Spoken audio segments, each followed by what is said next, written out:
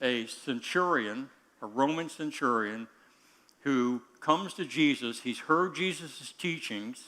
He has heard about what Jesus has done. He's watched all this stuff, and he's made a determination.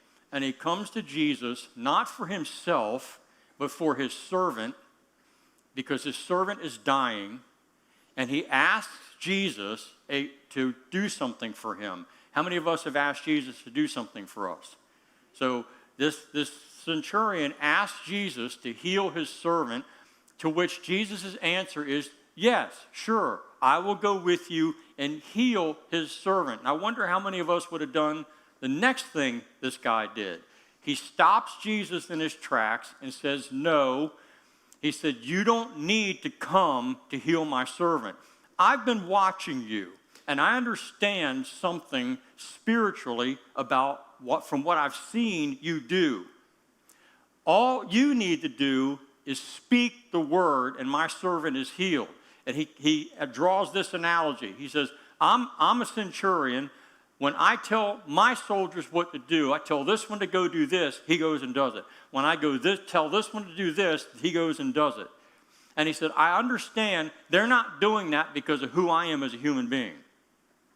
They're doing that because of the authority I represent. I am a Roman centurion. I represent the entire power of the Roman Empire. And when I tell someone to do something, they understand it doesn't end with me. There's somebody higher than me that will take over if they don't do what they should do. He said, I've been watching you. I understand you're here and you represent the real authority. You don't need to come do anything. All you do is speak the word, and the real authority, the Father, will take over and do what he says. And I want you to look at Jesus' response to that. He says, when Jesus heard this, what I just shared with you, he was amazed. Can we say pleased? He was pleased. And then he tells him why he's pleased. Truly I tell you, I have not found anyone in Israel with such great faith. In other words, Jesus is saying, I've looked at all of God's people. I've looked at all the Jews. I've looked at all the followers, and none of them have understood this. You, a Roman centurion, a Gentile, who shouldn't be by blood or creation part of, you understand the real deal here. And that pleases me. Well, now there's another story that shows us the opposite of that in Mark 6. And what's happening there is Jesus is returning home.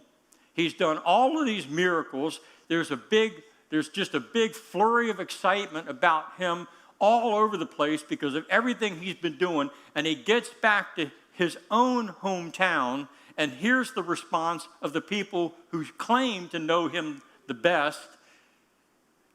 Their assessment of Jesus is, isn't this the carpenter? Isn't this Mary's son and the brother of James, Joseph, Judas, and Simon? Aren't his sisters here with us? And they took offense to him. They thought they knew all about Jesus. They thought they were the closest ones to him. They were the ones that had the most potential to please him. But they didn't understand the authority he represented. And I want you to look at Jesus' reaction to that. He's amazed again. Can we say displeased? He's amazed at their lack of faith. If you want to please Jesus, you really are going to have to begin to wrap your mind around what faith really is. It is more than just believing in who Jesus is. Come on. Cain knew who God was, didn't he? Abel knew who God was.